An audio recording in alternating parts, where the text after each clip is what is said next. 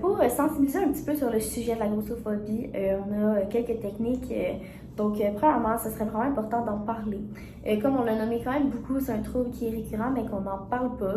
Que ce soit que les personnes victimes de grossophobie témoignent, que ce soit que dans les cours scolaires, on en parle, que les profs fassent des ateliers de sensibilisation dessus. Quand on parle d'intimidation, on inclut le fait que la grossophobie est un type d'intimidation, qu'on prenne aussi en charge à l'école, de la même façon qu'on prend en charge par exemple l'homophobie, le racisme ou tout autre type de ridiculisation face à la personne.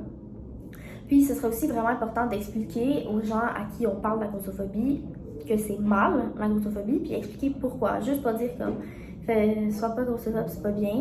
Comme expliquer vraiment quels impacts est-ce que ça a, pourquoi il faut pas faire de grossophobie. Puis, ouais.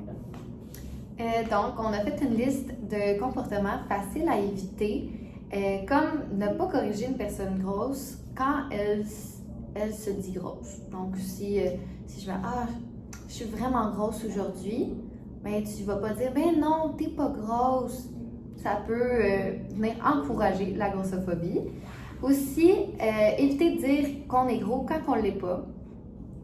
Ne pas faire des commentaires désobligeants à une personne grosse, directement ou indirectement, donc direct dans sa face, ou d'en parler à ton ami, elle est vraiment grosse elle. Ou éviter des commentaires sur l'alimentation, de genre mange donc une salade, c'est pas nécessaire.